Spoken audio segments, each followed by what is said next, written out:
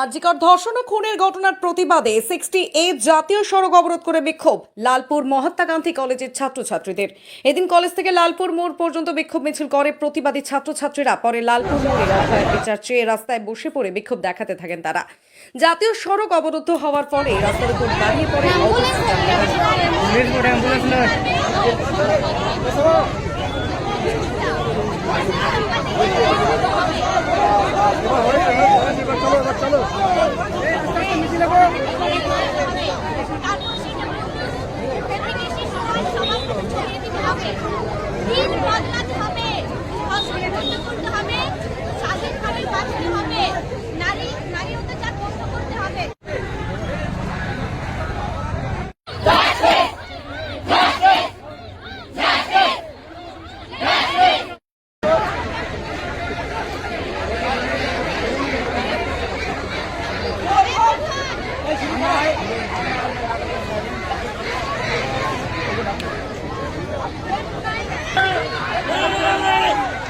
Silence! Silence! Silence!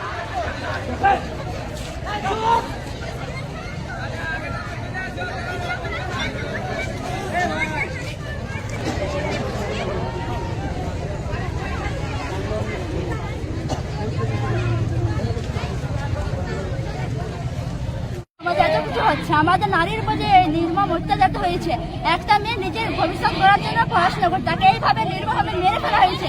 আমাদের বাবা ভাই দাদাদের মতন ছেলেগুলো তাদের ঘরে মা বোন নেই, তারা একটা মেয়েকে সম্মান করতে জানে না, কিভাবে তাকে সম্মান দিব, তার ইজ্জত করবো। আমরা ঘর থেকে বেরোতে কি করে পারবো? আপনারা কি চান? আপনারা কি চান? আমরা চাই ওই প্রত্যেকটা ছেলে তার সঙ্গে তার মেয়ে ছেলে তার সবার সাথে ভবিষ্যতে যেমন এইরকম কাজ আর না হয়। সরকারকে বলছে একটা যেমন প্রশাসন এত কঠোর নিয়ম করেছে, মেয়েদেরকে যেমন ভয় পেতে না হয় ঘর থেকে বেরোনোর সময় যে একটা ছেলে আমার সঙ্গে এরকম করতে পারে, সেই মেয়েদের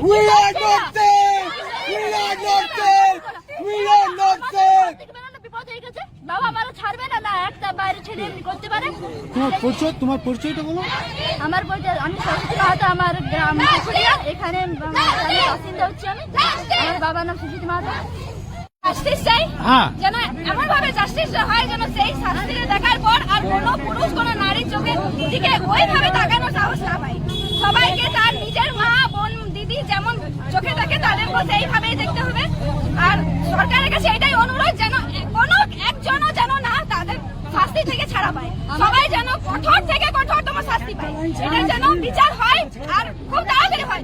9 তারিখ থেকে আজকে হয়ে গেল 22 তারিখ, এখনো পর্যন্ত কোনো বিচার এখনো পর্যন্ত হয়নি। আমরা চাই আর যেন লেট না হয়, জাস্টিস চাই আমরা।